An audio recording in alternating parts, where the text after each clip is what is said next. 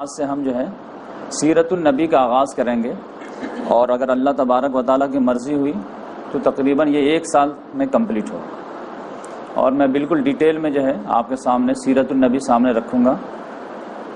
اس کی وجہ یہ ہے کہ قرآن کو اگر سمجھنا ہے تو بنا سیرت النبی سمجھے قرآن کو سمجھ ہی نہیں سکتے، کیونکہ حضرت عائشہ رضی اللہ تعالیٰ عنہ سے کسی صحابی نے سوال کیا کہ آپ مجھے محمد صلی اللہ علیہ وسلم کے اخلاق کے بارے میں بتائیے، تو انہوں نے تعجب سے کہا کہ کیا تم قرآن نہیں پڑھتے کیا؟ تو قرآن تو پڑھتے ہیں، ہم سیرت کی بات کر رہے ہیں۔ تو حضرت عائشہ رضی اللہ تعالیٰ نے کہا کان خلق القرآن، ان کا پورا اخلاق جو تھا وہ قرآن تھا۔ اسی لیے میں کہتا ہوں کہ اگر کسی آدمی کو قرآن کی تفسیر پڑھنی ہے، یا کوئی سوال کرتا ہے کہ دنیا میں سب سے بہترین تفسیر کی کتاب بتائیے مولانا، تو میں ان کو سجیسٹ کرتا ہوں کہ سب سے بہترین تفسیر قرآن مجید کی اگر کوئی ہے تو وہ سیرت النبی ہے، اور اگر سب سے بہترین سیرت النبی کی کتاب پڑھنی ہے، سیرت صحابہ کی کتاب پڑھنی ہے، تو اس کے لیے میں سجیسٹ کرتا ہوں کہ آپ قرآن مجید پڑھیے۔ محمد صلی اللہ علیہ وسلم وہی کیے جو قرآن میں کرنے کے لیے کہا گیا۔ تو اس لحاظ سے قرآن جو ہے ایک تھیوریٹیکل کتاب ہے، اور ایک پریکٹیکل اس میں جو رنگ بھرا گیا ہے وہ سیرت النبی کے ذریعے ہے۔ پھر قرآن میں جو مسائل پیدا ہوتے ہیں اس کی جو تشریح ہے، ایکسپلینیشن ہے، وہ احادیث کہلاتی ہے۔ تو اس لحاظ سے قرآن، سیرت اور حدیث، یہ تینوں جو ہے ہمارا سرمایہ ہے۔ کسی کو بھی دین میں پرفیکٹ ہونا ہے تو یقینی بات ہے تینوں چیز سے رہنمائی لینی ہوگی۔ تو آج سے انشاءاللہ ہم شروع کرتے ہیں۔ تو سب سے پہلے تو تقاضا یہ ہے کہ کچھ بیک گراؤنڈ بتایا جائے جس میں محمد صلی اللہ علیہ وسلم پیدا ہوئے، لیکن میں انشاءاللہ یہ بیک گراؤنڈ بتاؤں گا بعد میں، جب محمد صلی اللہ علیہ وسلم کے نبوت کا دور شروع ہوگا، 40 سال کی عمر ہوگی، تو اس وقت حالات کیا تھے وہ ہم بیان کریں گے۔ آج ہم جو ہے 2-3 سوالات جو محمد صلی اللہ علیہ وسلم کے تعلق سے ہے وہ جو ہے اس کو حل کرنے کی کوشش کریں گے۔ ایک سوال یہ پیدا ہوتا ہے کہ محمد صلی اللہ علیہ وسلم جب حجۃ الوداع کے موقع سے حج کرنے گئے تھے اور قربانی کیے تھے، تو قربانی میں 100 اونٹ قربان کیے تھے۔ تو جب بھی یہ قربانی کا مسئلہ آتا ہے اور محمد صلی اللہ علیہ وسلم کی حدیث سامنے آتی ہے، سنت سامنے آتی ہے، تو اچھے اچھے لوگوں کے ذہنوں میں ایک جو ہے کچھ نہ کچھ جو ہے سوال کھڑے ہو جاتے ہیں کہ 100 اونٹ قربان کرنا اللہ کے نام میں یہ تھوڑا سا ایکسس لگ رہا ہے۔ اللہ کے نام پر قربان کرنا ٹھیک ہے، 1 2 4 5 10، لیکن 100 اونٹ قربان کر دینا ایک آدمی اپنے طرف سے کرے، یہ تھوڑا سا لگتا ہے کہ ایکسٹرا ہو جا رہا۔ تو اس کی وجہ کیا تھی؟ اس سوال کا حل اسی میں جو ہے ایک سوال اور بھی پیدا ہوتا ہے کہ محمد صلی اللہ علیہ وسلم کی جو دادا کا نام ہے، تو وہ آپ دیکھیں دادا کا نام کیا؟ عبد المطلب۔ تو کوئی بھی غیر مسلم آپ سے سوال کر سکتا ہے کہ یہ نام ہی غلط ہے۔ عبد المطلب کا مطلب کیا ہوتا ہے؟ مطلب کا بندہ، جبکہ مسلمان تو اللہ کا بندہ ہوتا ہے، عبد الرحمن ہوتا ہے، عبد الرحیم ہوتا ہے، عبداللہ ہوتا ہے، تو یہ عبد المطلب کیسے ہو جائے گا؟ تو نام ہی غلط ہے۔ پھر محمد صلی اللہ علیہ وسلم نے جو خود فرمایا کہ میں 2 ذبیح کا بیٹا ہوں، تو یہ 2 ذبیح سے مراد کیا ہے؟ تو یہ 2-3 جو ہے سوالات کو جو ہے ہم ڈیل کریں گے، تو انشاءاللہ محمد صلی اللہ علیہ وسلم کا خاندانی بیک گراؤنڈ جو خود بخود سامنے آ جائے گا۔ پھر ہم پیدائش اور پھر جو ہے پرورش کیسے ہوئی وہ آگے لے کر کے چلیں گے۔ دیکھیے خانہ کعبہ جو ہے، جو جزیرہ نما عرب ہے، اس میں پہلا قدم جو ابراہیم علیہ السلام رکھے تھے، پھر اپنے بیوی اور شیرخوار بچے کو چھوڑ کر کے چلے گئے تھے۔ پھر حضرت اسماعیل علیہ السلام کے جو واقعہ ہوا ہے اس کے ذریعے سے زمزم کا چشمہ جو ہے نکلا، اور پھر جب پانی کا بندوبست ہو گیا تو پھر قبیلہ جرہم جو ہے وہاں پر آ کر کے آباد ہوا۔ تو اسماعیل علیہ السلام کا خاندان اور قبیلہ جرہم جو ہے وہاں پہ رہنے لگے۔ جب اسماعیل علیہ السلام جوان ہوئے تو قبیلہ جرہم کے سردار کی ایک بیٹی سے انہوں نے شادی کر لیا، اس طرح دونوں خاندان ایک ہو گئے۔ اس طرح وہ لوگ رہنے لگے اور جزیرہ نما عرب میں جو ہے پھلنے پھولنے لگے۔ کچھ دنوں کے بعد قبیلہ خزی نام کا ایک جو ہے قبیلہ تھا، اس نے آ کر کے اٹیک کر دیا، اور یہ دونوں کو جو ہے اسماعیل علیہ السلام کے خاندان کو بھی اور قبیلہ جرہم کو بھی مار کے بھگا دیا۔ پھر جب یہ قبیلہ جرہم والے جانے لگے یہاں سے جزیرہ نما عرب سے، تو یہ جاتے سمے جو ہے زمزم کو بالکل پاٹ دی، بند کر دیا، اور جو بھی ہتھیار وغیرہ تھے سب اسی میں دفنا دیا۔ تب اس وقت سے جو ہے زمزم بند ہو گیا۔ پھر محمد صلی اللہ علیہ وسلم کے خاندان میں ایک جو ہے جو دادا تھے کلاب، ان کو اللہ تعالیٰ نے توفیق دی. وہ کہا کہ ہم لوگ جو ہے سائڈ میں جزیرہ نما عرب کے یہاں جو ہے خانہ بدوش والی زندگی گزارتے ہیں, کیوں نہ پورے خاندان کو اکٹھا کیا جائے, اب مل کر کے قبیلہ خزائی کے خلاف جو ہے ایکشن لیا جائے. تو انہوں نے جو ہے پورے یونائٹ کیے خاندان کو اور دوبارہ جو ہے لانچ کیے. تو پھر قبیلہ خزائی والے کو مار بھگائے اور پھر ان کی حکومت آ گئی. تو پہلے جو ہے حکومت چل رہی تھی اسماعیل علیہ السلام کے خاندان اور قبیلہ جرہم کے خاندان, بیچ میں انٹرفیئر کیے قبیلہ خزائی نے. لیکن اب جو ہے کلاب کے ذریعے سے جو انٹری ہوئی ہے, تو اب جو ہے اسماعیل علیہ السلام کا خاندان جو ہے سیاسی لحاظ سے بھی اور مذہبی لحاظ سے بھی پوری طاقت رکھتے تھے. لیکن یہ 200-300 سال جو قبیلہ خزائی والے یہاں پہ رہے, اس میں انہوں نے مورتی پوجا ایجاد کر دی. اس میں جو ہے وہ نام تھا, جس نے مورتی پوجا کا ایجاد کیا اس کا نام تھا عمرو بن لوہے. اسی کے بارے میں آتا ہے کہ رسول اللہ صلی اللہ علیہ وسلم کہتے ہیں کہ جب میں معراج پہ گیا تو عمرو بن لوہے کو دیکھا کہ جہنم میں وہ چکر لگا رہا ہے, جیسے کوئی آدمی طواف میں چکر لگاتا, لیکن اس کی اتڑیاں وغیرہ باہر تھی اور اس کو ڈھوئے پھر رہا, کیونکہ خانہ کعبہ میں بت پرستی کا آغاز اسی نے کیا تھا.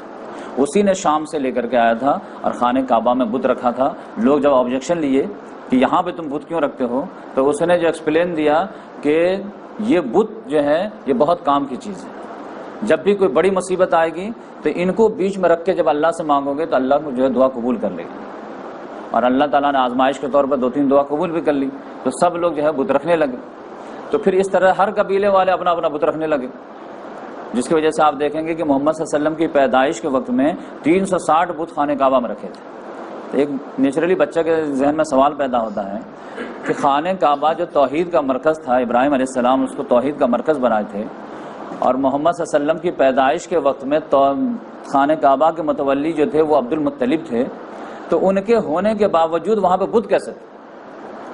تو اس سوال کا جواب ڈھونڈنا ضروری ہے. تو یقینی بات ہے محمد صلی اللہ علیہ وسلم کے خاندان والے بت نہیں لائے تھے, بلکہ کچھ عرصے کے لیے دوسرا قبیلہ جو قبیلہ خزائی تھا وہ قابض ہو گیا تھا. تو اس کا جو ایک آدمی تھا عمرو بن لوہے, اس نے جو ہے بتوں کا ایجاد کر دیا تھا. اب یہ 200-300 سال میں لوگوں کے جو ہے گھٹی میں پڑ گئی بت.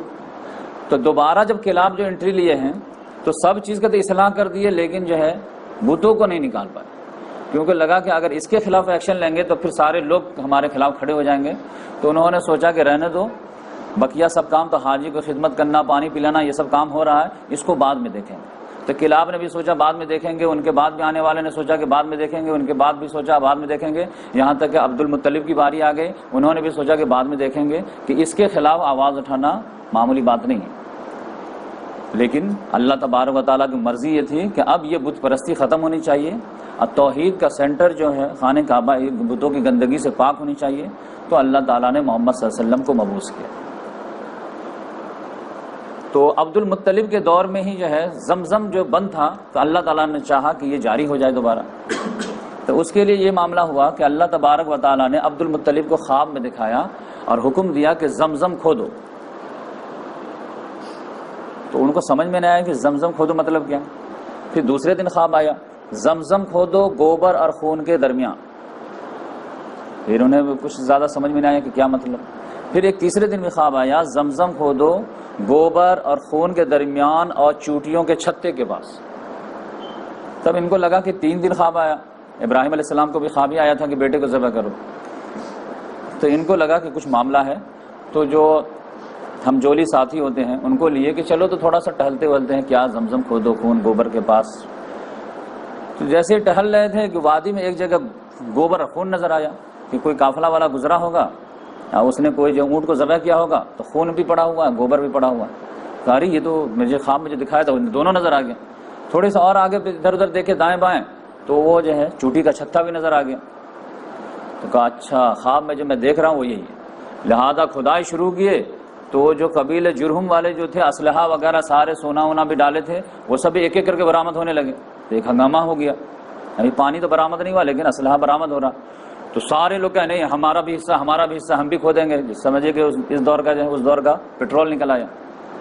اب عبد المطلب جو تھے تھوڑے کمزور تھے, تو لوگوں نے دبا دیا نہیں ہم بھی ہمارا بھی شہر ہے ہم بھی حصہ لگا. نہیں ہم کو ملا, ہم کو خواب میں آیا, ہم اکیلے کھودیں گے اور جو بھی بینیفٹ ہوگا ہم اکیلے لیں گے. سارے لوگوں نے دبا دیا. تو انہوں نے کہا ٹھیک ہے چلو فیصلہ کراتے ہیں. تو فیصلہ کرانے جا ہی رہے تھے کہ وہاں جو ہے الگ ایک معاملہ ہوا. تو اسی میں جو ہے ان کو اپنی کمزوری کا احساس ہوا عبد المطلب کہ کہ کاش کہ میرے پاس 5-10 بیٹے ہوتے نا تو پھر تو میں ان کو بتا دیتا. میں بہادر تو ہوں لیکن اکیلا آدمی کیا کر پاؤں.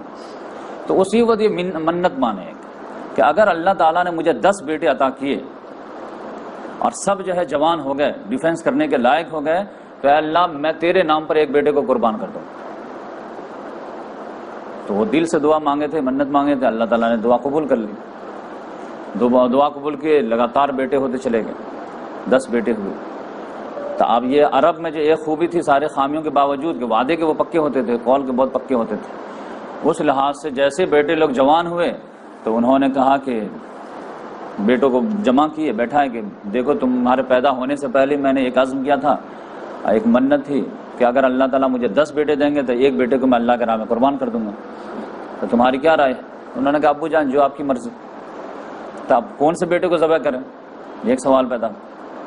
تو کہا قرآن اندازی کر لیجئے, جس کا نام آئے گا اسی کو قربان کر دیجئے گا.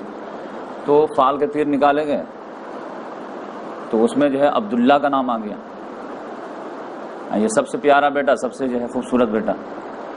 فوراً پکڑے, ہاں چلو مینا کی طرف, وہاں پہ جا کر کے تم کو قربان کریں گے. جیسے ابھی لے جا رہے تھے کہ بنو نجار جو محمد صلی اللہ علیہ وسلم کے ننیال والے تھے وہ فوراً آگے پکڑ لیے, نہیں میں اپنے نواسے کو قربان نہیں کرنے دوں گا. ادھر ابو طالب جو تھے, یہ عبداللہ کے بڑے بھائی تھے, انہوں نے کہا تھا ابو جان ایسا نہیں کرنے دیں گے, یہ کوئی مطلب کی بات ہوئی کیا, کچھ بھی آپ جو ہے عزم کر لیتے ہیں. نہیں بیٹا میں منت مانا ہوں. ٹھیک ہے منت مانے, لیکن ایسا بھی کوئی منت مانتے کیا کہ بیٹا ہے کہ ذبح کرنے چلیں گے, آپ کچھ بھی کیجئے لیکن یہ جو ہے ہم اپنے بھائی کو ذبح ہونے نہیں دیں گے. تو ادھر ان کے جو ہے ننیال والے آ گئے, ادھر بیٹے لوگ بھی جو ہے تھوڑا سا گرم ہونے لگے. تو پھر بولے کہ بیٹا میں کروں تو کیا کروں. تو انہوں نے کچھ بھی کیجئے لیکن یہ جو ذبح نہیں ہوگا. تب پھر کسی نے مشورہ دیا کہ ایک عورت جو ہے جو کہانت وغیرہ کرتی ہے اس سے جا کر کے پوچھے, کوئی حل بتائیے. تو ایک خاتون کے پاس سب لوگ گئے کہ بولے دیکھو اس طرح کا معاملہ ہو گیا ہے, آپ ہی کوئی مشورہ دیے, ہم لوگ کیا کریں. تو اس عورت نے مشورہ دیا کہ دیکھیے آپ ایسا کیجئے کہ عبداللہ کو ایک طرف رکھیے اور ایک طرف 10 اونٹ کو رکھیے, اور اس کے بعد جو تیر پھینکیے. اگر اس سائڈ تیر جو ہے ان کے حصے میں ہے تو پھر 10 اونٹ اور بڑھا دیجیے, اور اگر اس سائڈ آ جائے تو اس کو قربان کر دیجیے, آزاد ہو جائے گا. تو ہر مرتبہ 10-10 اونٹ کو جو ہے رکھیے, کیونکہ ان کے زمانے میں ایک آدمی کا جو دیت ہوتی تھی کسی کے مارنے کے بدلے میں کسی کو جو جرمانہ لگتا تھا وہ 10 اونٹ لگتا تھا. تو اس بوڑھی عورت نے کہا کہ 10 اونٹ ہے آپ کے یہاں, تو 10 اونٹ رکھیے ایک بچے کو چھڑانے کے لیے. تو پھینکے تو پتا چلا تیر ادھر اس سائڈ عبداللہ کے سائڈ, پھر 10 اونٹ ادھر کر دیے, پھر مارے تو پھر عبداللہ کے سائڈ, تو 20 اونٹ, پھر مارے تو پھر 30 اونٹ, پھر مارے تو پھر اس طرح 10 مرتبہ مارے, 10 مرتبہ عبداللہ کے حصے. عبد المطلب تو پیسے والے تھے, خاندانی تھے, بڑھاتے چلے گئے. 11ویں مرتبہ میں پھر تیر جو ہے یہ اونٹ کی طرف. تب کہا گیا کہ یہ 100 اونٹ کو قربان کر دیجئے اور وہیں پہ چھوڑ دیجئے, چاہے کوئی آدمی غریب کھا جائے یا چیل کوے کھا جائیں, ہم لوگ اس کو ہاتھ نہیں لگائیں گے کیونکہ یہ منت کا اونٹ ہے. تو اس طرح سے 100 اونٹ دے کر کے محمد صلی اللہ علیہ وسلم کے والد عبداللہ کو چھڑایا گیا. اس بیس پہ محمد صلی اللہ علیہ وسلم بولتے تھے میں 2 ذبیح کا بیٹا, ایک ذبیح اسماعیل علیہ السلام جن کو جنت کا دمبا لا کر کے چھڑایا گیا, اور ایک عبداللہ جن کے 100 اونٹ دے کر کے چھڑایا گیا تھا. اور اسی کی یاد تھی جس کے لیے محمد صلی اللہ علیہ وسلم حجۃ الوداع میں 100 اونٹ ذبح کیے تھے, قربان کیے تھے. تو وہ ایک ایکسیپشنل معاملہ تھا اس ہسٹری کی یاد کے طور پر, ورنہ عام طور سے محمد صلی اللہ علیہ وسلم جو قربانی تو سمجھے کہ 2ری-3ری ہجری سے فرض ہو گیا تھا, تو آپ دیکھیں گے کہ 100 اونٹ کبھی قربان نہیں کی, لاسٹ میں اس یاد کو تازہ کیے. تو اس وجہ سے جو ہے جس میں آپ جانتے ہیں کہ 100 اونٹ جو لے کر کے آئے تھے حضرت علی رضی اللہ تعالیٰ عنہ یمن سے لے کر کے آئے تھے, اور محمد صلی اللہ علیہ وسلم اپنے ہاتھ سے 63 اونٹ ذبح کیے, اور پھر جو ہے 37 اونٹ جو ہے علی رضی اللہ تعالیٰ عنہ کو بولے کہ آپ قربان کر دیں. 63 اونٹ بھی وہ اشارہ ہو گیا تھا کہ 63 سال کی عمر, تو 63 ہر سال کے لحاظ سے ایک اونٹ جو ہے قربان ہو. تو اس طرح سے جو ہے یہ سوال جب بچوں کو معلوم ہو جاتا ہے تو غیر مسلم مانے نہ مانے لیکن مسلمان کا دل سیٹسفائڈ ہو جاتا ہے کہ وہ جو ہے فضول خرچی والا معاملہ نہیں تھا, وہ ایک ایکسیپشن معاملہ تھا, اور وہ ایک عظیم یاد تھی, اس کو تازہ کرنا تھا. پھر اس کے بعد جو ہے ایک سوال یہ ہے کہ عبد المطلب, اور ہم لوگوں کو بچپن میں جو ہے یہ بھی ایک کنفیوژن رہتی ہے, وہ بھی میں دور کرتا چلوں کیونکہ یہ میری ویڈیو جو ہے یہ بچے, عورتیں اور عوام الناس سارے لوگوں کے لیے میں ریکارڈ کرا رہا ہوں. تو اس لحاظ سے میں چھوٹی چھوٹی باتیں بھی شیئر کروں گا تاکہ ہر بچے کو سیرت النبی کی گہرائی سے مطالعہ ہوتا چلا گیا۔ میں خود پریشان رہتا تھا بچپنا میں کہ سنتے تھے کہ محمد صلی اللہ علیہ وسلم جب ہجرت کر کے گئے ہیں تو بنو نجار ننیال والے کے یہاں جو ہے خبر دیے کہ میں آ رہا ہوں، تو وہ لوگ اسلحہ لے کر کے آئے اور پھر محمد صلی اللہ علیہ وسلم کو لے گئے۔ اور جب پھر حضرت آمنہ رضی اللہ تعالیٰ نے ہسٹوری پڑھتے تھے تو پتہ چلا وہ مکہ کی تھی، تو کنفیوز ہوتے، کہتے کہ ننیال جو ہے مدینہ میں ہے، آمنہ مکہ کی ہیں، یہ کیسے سمجھ میں آئے؟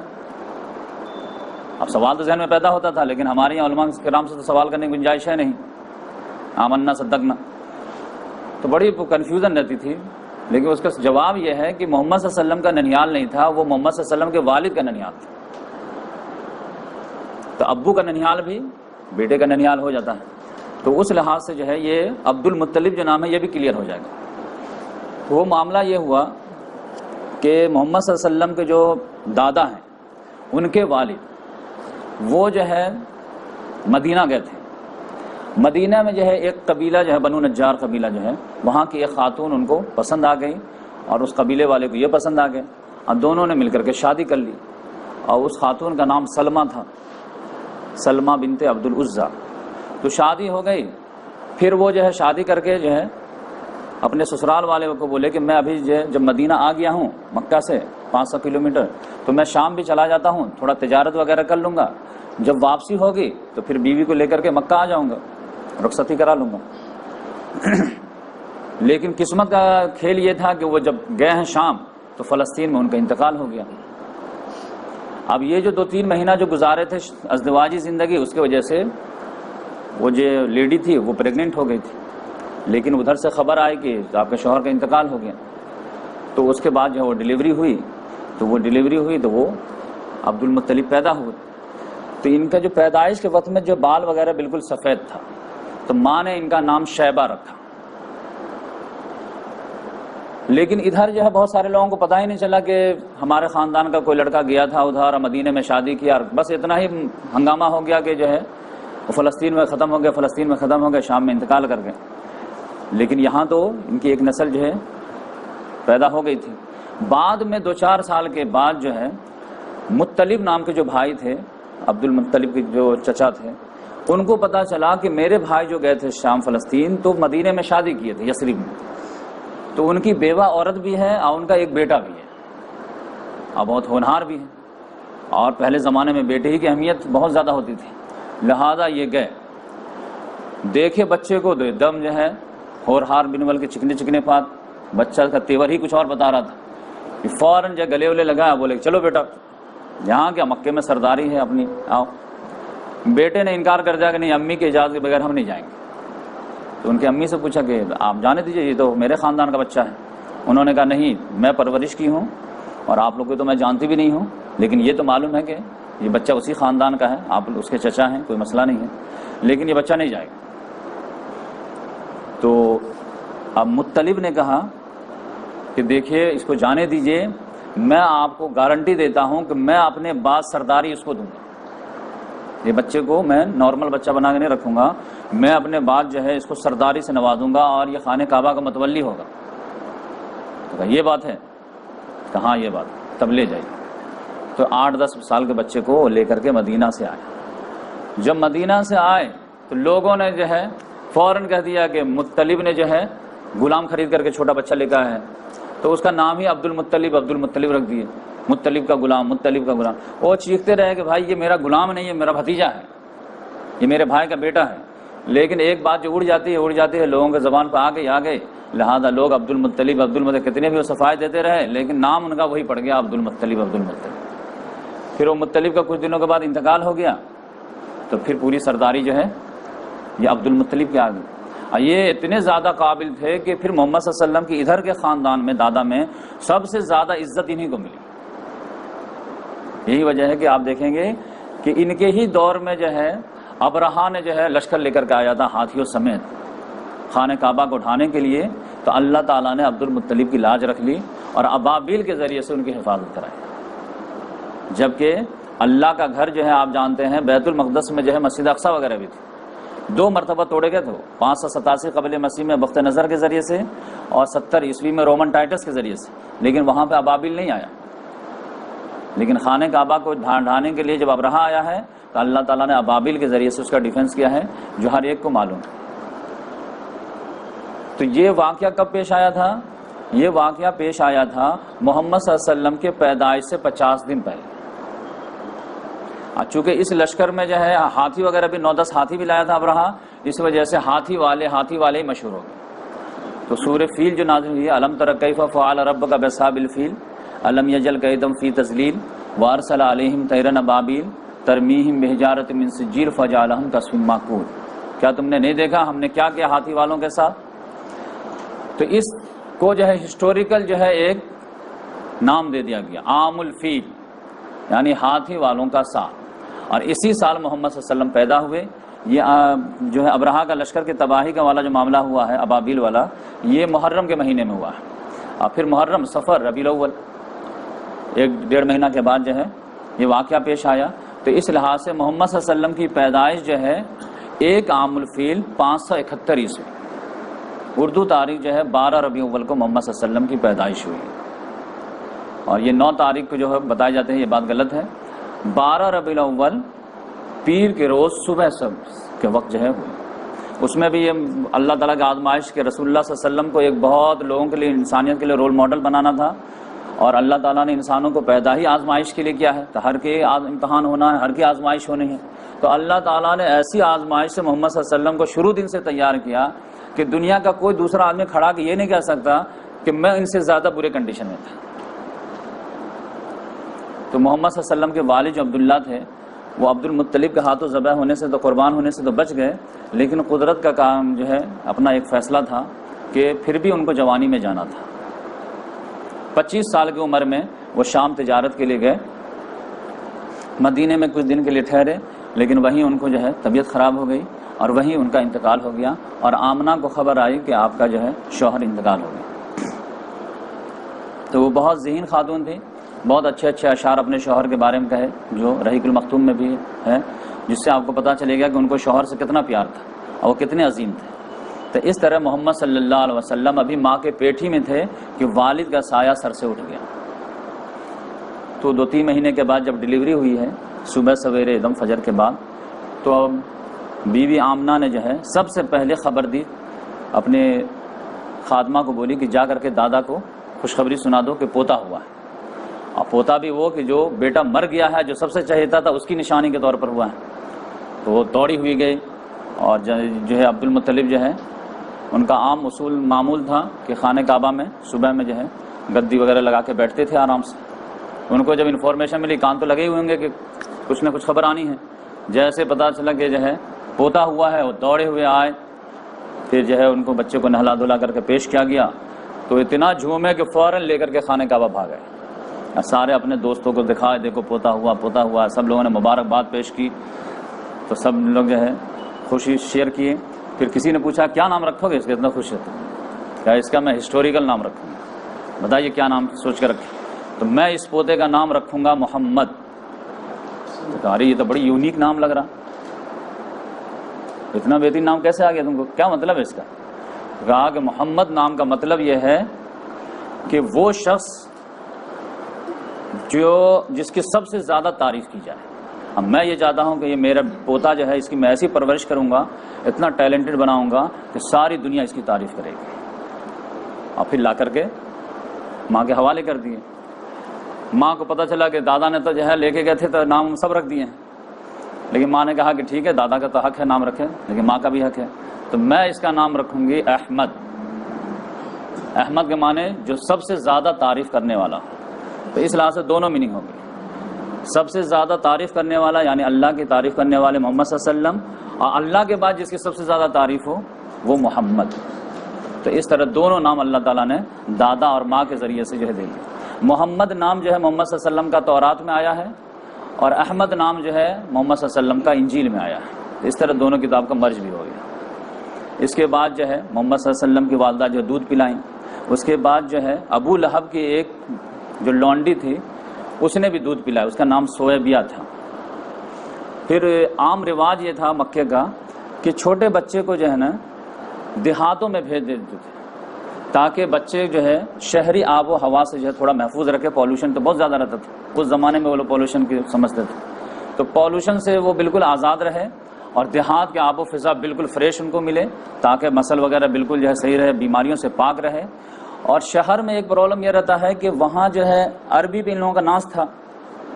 اور شہر میں جانتے ہیں کہ حج میں جو ہے سب لوگ، حج اور عمرہ میں جو ہے سب لوگ آتے تھے. تو مختلف جگہوں سے جب لوگ آتے ہیں تو وہاں پہ کیا ہوتا ہے کہ زبان جو مکس ہو جاتی ہے. دیہاتی عربی بالکل پیور سالڈ ہوتی تھی. تو یہ لوگ اپنے بچوں کو جو ہے بچپنا گزارنے کے لیے وہاں بھیج دیتے تھے دیہاتوں میں، کہ وہاں کی پیور عربی بھی وہ جذب کر لے اور پھر بیماریوں سے بھی محفوظ رہے.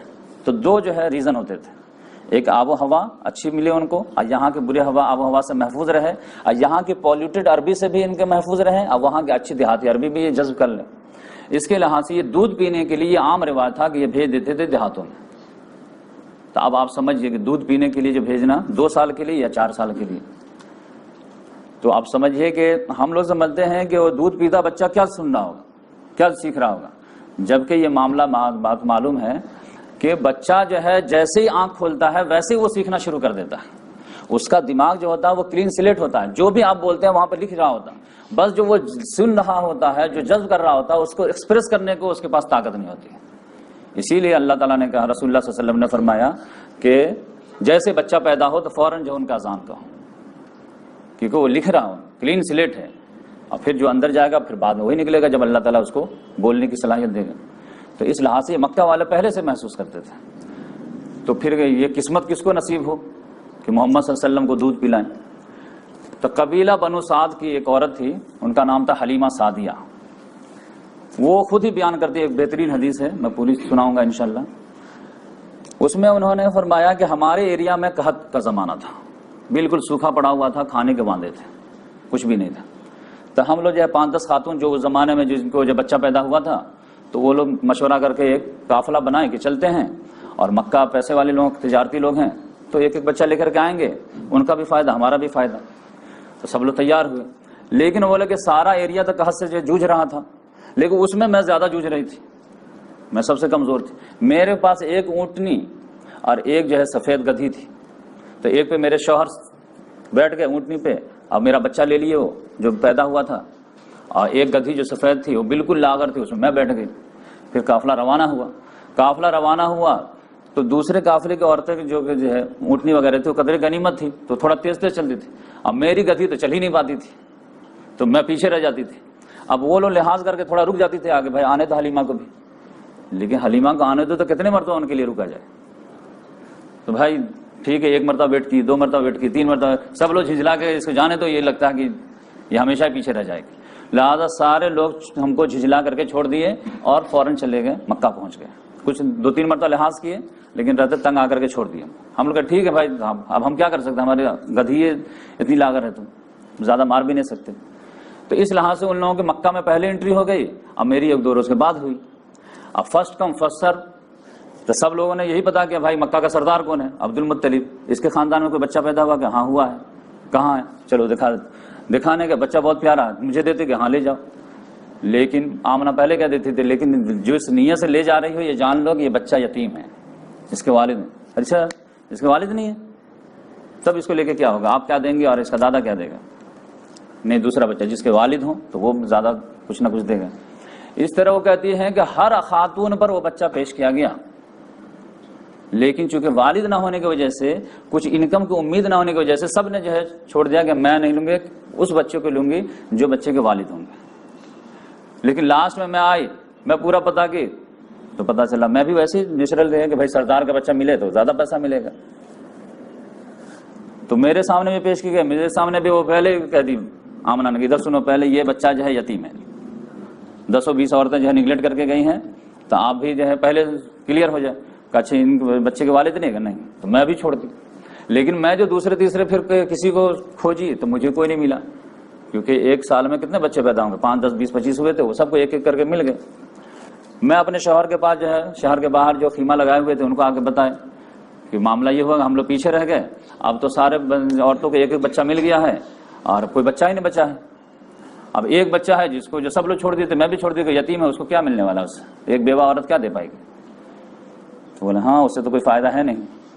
پھر ہم لوگ رات میں مشورہ کیے، لیکن یہ بھی تو تھوڑا اچھا نہیں لگ رہا، انسلٹ کی بات ہے کہ جب گاؤں جائیں گے اور خالی ہاتھ جائیں گے تو پھر لوگ کہیں گے دیکھو قسمت کی کیسی ماری ہے۔ تو ایسا کرتے ہیں some thing is better than nothing کے تحت جو ہے اسی بچوں کو لے لیتے ہیں، پان نہیں پان کی ڈنڈی تو دے گی، تو نام سے ہو بھلا کچھ لے لیتے ہیں اس کو۔ تو شوہر نے لاگا ٹھیک لے لو۔ تو پھر ہم لوگ شرماتے آئے، بولے کہ دے دیجئے وہی بچہ، کہ ہاں لے لو۔ جیسے ہی وہ میرے ہینڈ اوور کی ہے اور میں نے اس کو اپنے سینے سے لگایا ہے کہ وہ کہتی ہے کہ میرے بدن میں کچھ جو ہے کیفیت تبدیل ہونے لگی، اور جیسے ہی میں بچے کو اپنے چھاتی سے لگائی ہوں کہ پورا جو ہے بچے نے سیر ہو کر کے دودھ پیا۔ تو میں تو وہیں سے جو فیلنگ محسوس کرتے آئے، اور پھر گھر آئی ہوں تو اپنے بچوں کو بھی دودھ پلائیں، تو بچے بھی جو میرا بچہ بھی جو ہے سیر حاصل کر کے دودھ پیا، اور دونوں ایک دم آرام سے سویا رات میں۔ جبکہ اس سے پہلے حالت یہ تھی کہ میرا بیٹا دودھ نہ ہونے کی وجہ سے اتنا روتا تھا کہ رات بھر ہم دونوں کو سونے نہیں دیتا تھا، کیونکہ جب اناج ہی نہیں ہوگا تو ماں نہیں کھائے گی تو ماں کو دودھ کہاں سے ہوگا۔ اور پھر جب اناج نہیں تھا تو پھر جب گھاس پھوس نہیں تو اونٹنی لا کر تو اس کو بھی دودھ نہیں۔ لیکن جب یہ رات ہم بچے کو لے کر کے آئے ہیں تو ہمارے سینے میں جو ہے دودھ بھرا ہوا تھا، یہ محمد صلی اللہ علیہ وسلم بھی دودھ پیے، میرا بیٹا بھی دودھ پیا، تو ان دونوں بچے کا تو معاملہ کلیئر ہو گیا، تو آدھی تسلی تو پہلے ہو گئی۔ تو میں نے مشورہ دیا شوہر کو کہ تھوڑا سا ٹرائی کیجئے اونٹنی میں، ہم لوگوں کا بھی کچھ ہو جائے۔ تو وہ تھوڑا سا چھوٹا سا پیالہ لے کر کے گئے کہ تھوڑے سے کچھ نہ کچھ تو دودھ نکلے گا، 2-4 قطرہ، لیکن وہ گئے تو پتا چلا ایک ہی مرتبہ مارے گے، پتا چلا بھر گیا۔ تو یار یہ تو کچھ عجیب ہی معاملہ، اللہ بڑا سا پیالہ، کہے کہ ہمارے پاس جتنے بھی پیالے والے تھے سب لے کے گئے، سب بھر گیا۔ تو اس طرح سے برکت، تب جو شوہر بیوی آپس میں مشورہ کیے کہ لگتا ہے تم بہت بابرکت روح لے کر کے آئے ہو۔ ہاں ہم کو بھی لگ رہا ہے، جیسے میں گود میں اٹھائی تھی میرے بدن میں عجیب فیلنگ ہونے لگی۔ پھر رات گزارے ہم لوگ بہترین اطمینان سے کئی مہینوں کے بعد۔ پھر صبح میں جب سفر شروع کیے تو سارے قافلے والے عورتیں تو ہمارا خیال ہی نہیں کی تھی، لیکن چلی گئی تھی۔ جب شروع ہوئے تب محمد صلی اللہ علیہ وسلم کو میں اپنے گود میں لی، اپنا بیٹا کو والد کے حوالے کیے، وہ اونٹ پہ بیٹھے، میں گدھی پہ بیٹھی۔ میری گدھی ایسی تیز ہوئی ایسے لگ رہا بلٹ ٹرین ہو گئی، دام فاسٹ، یہاں تک کہ وہ جو قافلے کی عورتوں کو کراس کر اوورٹیک کر دی۔ ساری کو جو ہے وہ قافلے کی عورتیں کہہ رہی کہ یہ وہی ابو زبیب ہے کیا، کہ بیٹی ہے کیا؟ وہ حلیمہ کہاں بائے بائے، کہ تم ہمارا خیال نہیں، اب ہم تمہارا کیا خیال کریں۔ وہ بالکل جو ہے تیزی کے ساتھ جو ہے سب کو پہلے کراس کرتے ہوئے پہنچ گئی، یعنی جو لاغر تھی، جو آنے وقت میں چل نہیں پا رہی تھی، وہ بالکل تیزی کے ساتھ جو ہے پورے قافلے سے پہلے پہنچ گئی۔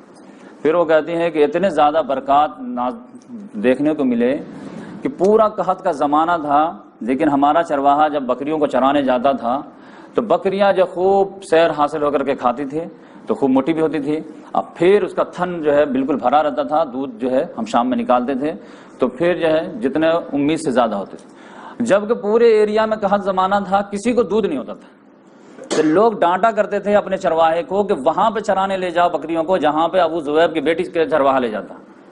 چرواہے کہتے تھے بھائی میں وہیں پہ لے جاتا ہوں، لیکن یہ نہیں کھاتے ہیں، اس کے جو ہے بکریوں کو لگتا ہے ہرا ہرا چشمہ دکھتا ہے، گھاس دکھتا ہے، وہ کھاتے ہیں، ہمارا نہیں کھاتا، ہم کیا کریں۔ تو اس طرح سے برکات کے نزول ہونے لگے۔ 2 سال کا ایگریمنٹ تھا کہ 2 سال میں آپ لے کر گئیں گے، 2 سال پورا ہو گیا، بچہ ایک دم جب مضبوط تندرست ایک دم ہٹا کٹھا۔ اب یہ جو برکات کی وجہ سے ان کو جو دینے کا تو دل چاہ نہیں رہا تھا، لیکن ٹائم پورا ہو گیا تھا۔ تو پھر حلیمہ سعدیہ 2 سال کے ایگریمنٹ کے حساب سے آمنہ کے پاس لے کر کے آئیں، خوب تعریف ہوئی کہ دیکھیں کتنا ماشاءاللہ ماشاءاللہ، کہ ہاں ماشاءاللہ مجھے، لیکن یہ کہیں گے مجھے تھوڑا سا ڈر لگ رہا ہے، کیا یہ بچہ بہت اچھا جا رہا ہے، اب مجھے لگ رہا ہے کہ مکہ کا آب و ہوا اس کو ڈیمیج نہ کر دے، تو اگر آپ دیکھ رہے ہیں کہ میں کتنا بہترین سے پرورش کی ہوں، تو اگر پسند ہے تو 2 سال کے لیے اور چاہیں تو میں فری میں بھی کرنے کے لیے تیار ہوں۔ تو ماں کے لیے تو بچہ ہی سب سے زیادہ رہتا ہے، اس کی صحت ہی سب سے اچھی رہتی ہے، کیا لے جاؤ۔ تو 2 سال کے لیے اور لے کر کے آ گئے۔ پھر 2 سال بھی بہترین سے جو ہے انہوں نے کیئر کی، اور ان کی وجہ سے برکات کے یہ فائدہ بھی اٹھا رہی تھی۔ 4تھے سال میں پرابلم آیا کہ محمد صلی اللہ علیہ وسلم اب چلنے پھرنے کے لائق ہو گئے تھے، بڑے بڑے بچے کھیل رہے ہیں میدان میں، چھوٹے بچے کے حساب سے بیٹھ کر کے کہیں پہ دیکھ رہے ہیں تماشا، کہ اچانک اثر کے بعد کیا ہوا کہ کھیل میدان میں دیکھ رہے تھے بڑے کو کہ جبریل علیہ السلام آئے اور محمد صلی اللہ علیہ وسلم کو ایک دم لٹا دیے۔